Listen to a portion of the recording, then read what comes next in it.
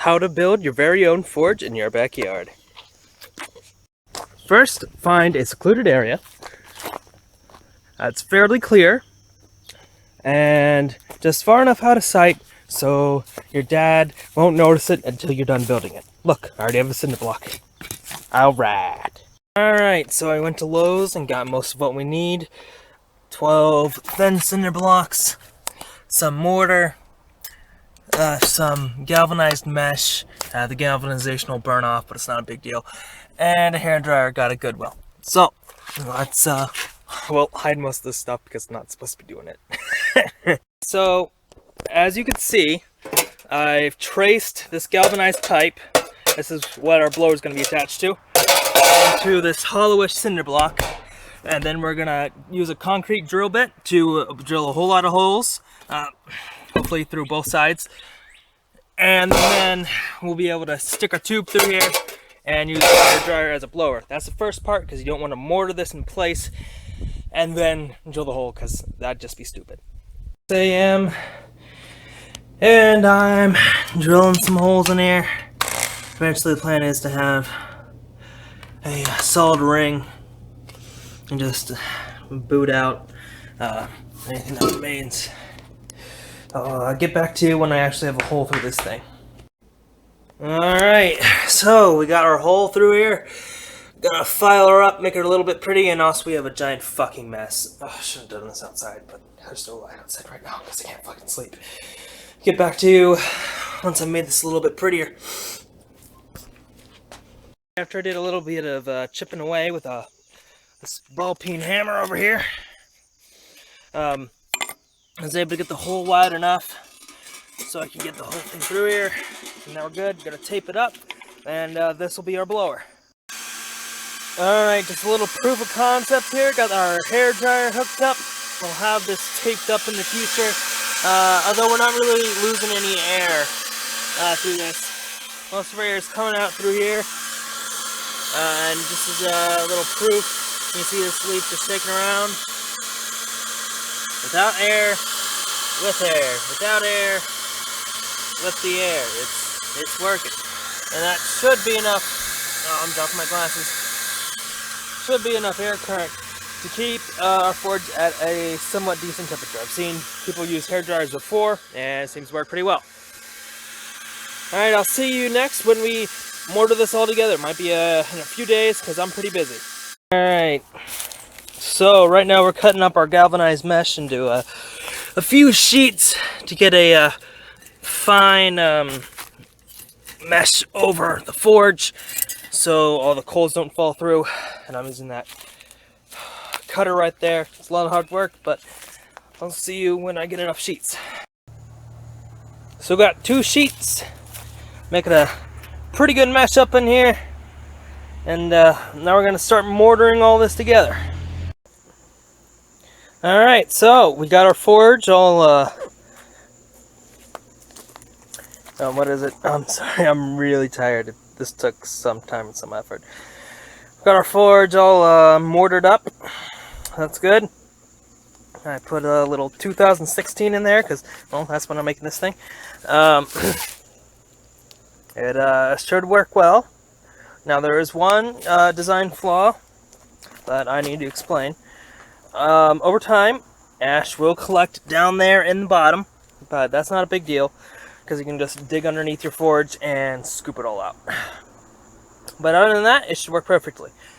Now, this is not a precise forging design. Usually forges have like a little air nozzle just right in the center of their tray, but I'm not able to cut sheet metal and I don't have any sheet metal to use, so this is what I'm going with.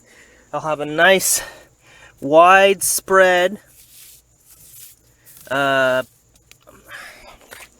airstream, making the entire thing pretty hot. I got concrete to keep some of the heat in, so we should be good. I'll get back to you when it's all dry. Alright, so it's 24 hours later.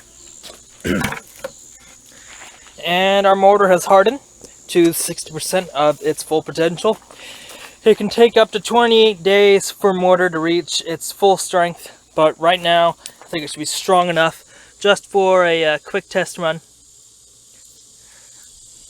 First we're gonna try just wood that I'm gonna get around here, and if that does not get hot enough to heat up the metal to the point where I can bend it, then I'll go to the store and buy some charcoal. And if that doesn't work, I'll go buy some coal. And if that doesn't work, well, shit. Well, we've got a bunch of wood and stuff in here. Let's fire her up, attach the hair dryer, and see how she does. Alright, here goes nothing. Now, to point out, the galvanization will burn off, and I'm pretty sure that's toxic, so I'm going to stand back for a while. Probably just let this burn out on its own. If it even fully catches, but we'll see. Oh, man, it's getting hot. Well, it's definitely on fire, and it is quite hot, but I don't think it's quite ready for the metal yet. Alright, so I'm letting it burn down. The plan is just to burn off all the galvanization. Right now it's just not a good time to heat up any metal, but I'll try tomorrow morning. Alright, so sun just rose. We're up bright and early, and we're gonna try to heat up this old chain dog collar.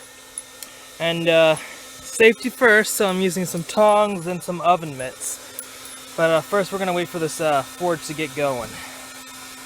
And yes, I did use gasoline. Alright, so we got our chain here and our tongs, we're in an oven mitt, and we're gonna put it in the forge and see what happens. We'll leave it in here for, I don't know, 10 minutes or something like that. And I guess we'll see what happens. Alright, so it's been a while. Let's try to get our chain. It's pretty buried in there, so I'm gonna use this wettish stick. Jesus, that's hot. Alright. So, you can see that a few of the links are pretty damn hot. They were red hot earlier. Oh, so you can see right there. Yeah, a few sections of them are red hot. So that's cool. I don't think this is quite hot enough. Although that is stainless steel. That has a higher melting point than typical steel. So you never know. But I think next time I'll try out charcoal. I'll leave this on for a little while longer and see what happens. Alright, I checked just a few minutes ago and the chain links were red hot, so let's see if they're still like that. Damn it, I can't quite grab it. Oh god, that's really hot. Oh god. I'm gonna have to get myself some really long, like, tongs or something. Alright.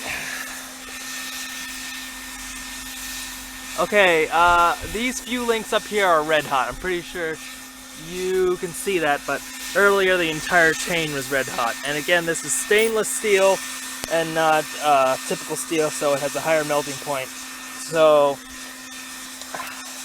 this works, and I'm pretty sure in the olden days this is how they used to do their forges. Of course, not with the hairdryer, but I'm talking about wood-fired forges.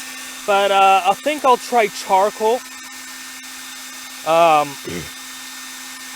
That seems like a little bit of a better option, just because it burns a little hotter. So, but that really completes this video.